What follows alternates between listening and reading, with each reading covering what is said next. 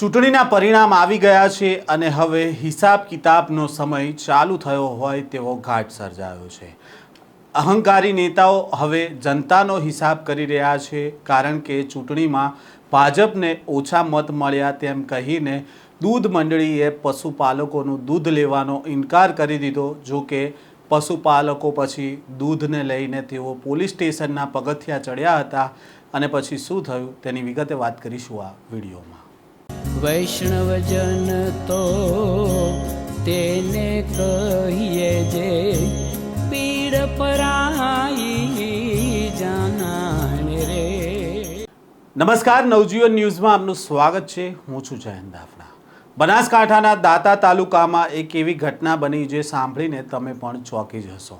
શું લોકશાહીમાં મતદાન કરવું હવે પશુપાલકો માટે મુસીબત બની રહ્યું છે તેવા સવાલો ઊભા થઈ રહ્યા છે, કારણ કે દાંતાના પાતળિયા ગામમાં ચૂંટણીની અદાવત એટલી હદે વધી ગઈ કે દૂધ મંડળીએ પશુપાલકોનું દૂધ લેવાનો જ ઇનકાર કરી દીધો અને આ અન્યાય સામે લડવા માટે ખેડૂતો મધરાત્રે દૂધના કેન સાથે પોલીસ સ્ટેશનના પગથિયા ચડવા માટે મજબૂર બન્યા હતા। પહેલાં તો આ સમગ્ર વિવાદને લઈને શું કહી રહ્યા છે પશુપાલકો તેમને સાંભળીએ। અમારે દાંતા તાલુકાના પાતળિયા ગામની મંડળીમાં લગભગ 20 થી 25 વર્ષથી અમે કોસા રાજીપુરા ગામના લોકો દૂધ ભરાવીએ છીએ ને હાલ પણ ચાલુ જ છે। એમાં જે ચૂંટણી લગતી ઉમેદવારો છે કે બીજેપીના કલાજી ઠાકોર, કોંગ્રેસના ઉમેદવાર સફીભાઈ નવાવાસના છે, એ આ બંને ઉમેદવારો ચૂંટણીની અદાલત લઈ ને અમને જો મતદાન બીજેપીમાં અમારા કોસાના 60% ઉપર પણ અમે લોકોએ આપેલા છે।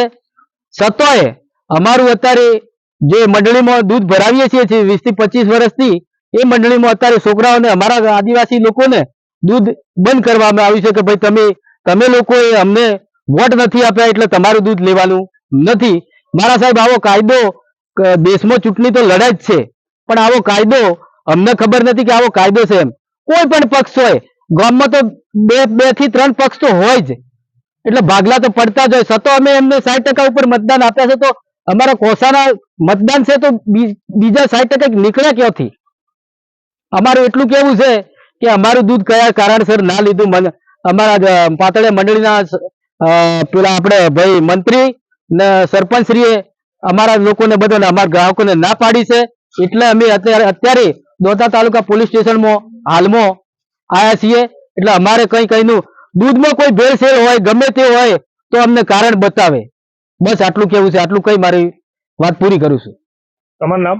મારું નામ બકાભાઈ અરજણભાઈ ગમાર, ગામ કોસા। બનાસકાંઠાના દાંતા તાલુકાના પાતળિયા ગામમાં આ ઘટના સામે આવી છે।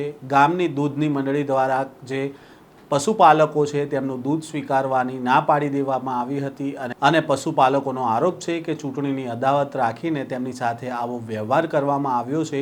પાતળિયા ગામના સરપંચ અને દૂધ મંડળીના એક સભ્ય દ્વારા પશુપાલકોને દૂધ ભરવા માટે અટકાવવામાં આવ્યા હોવાની પણ ચર્ચા છે અને કહેવામાં આવ્યું કે શા માટે તમે ભાજપને ઓછા મત આપ્યા છે, જ્યારે બીજી બાજુ આ ગામમાં 60% મત છે તે ભાજપને મળ્યા છે। અને આમ ચૂંટણી પત્યા બાદ અત્યારે દાંતામાં દૂધ મંડળીને લઈને વિવાદ સર્જાયો છે। પશુપાલકો મોડી રાત્રે દૂધ લઈને પોલીસ સ્ટેશન પહોંચ્યા હતા, કારણ કે ચૂંટણીની અદાવત રાખીને તેમનું દૂધ લેવાની મનાઈ કરી હતી દૂધ મંડળીએ અને તેને લઈને વિવાદ સર્જાયો હતો। આમ ચૂંટણી સમયે પણ આ રાજનેતાઓ આપણને દમ મારતા જોવા મળ્યા હતા। કોઈક નેતા કહી રહ્યું હતું કે ભાજપ નહીં જીતે તો ગ્રાન્ટ નહીં આવે, રોડ રસ્તા નહીં બને, અને આમ જે સામાન્ય જનતાના મતથી જે લોકો ચૂંટાતા હોય છે અને પાવરમાં આવતા હોય છે તે જ લોકો જનતાને તેમનો પાવર બતાવતા હોય તેવો અત્યારે ઘાટ જોવા મળ્યો છે। આ પ્રકારના સમાચાર અહેવાલ સાથે ફરી મળીશું। નવજીવન ન્યૂઝ સાથે જોડાયેલા રહેજો।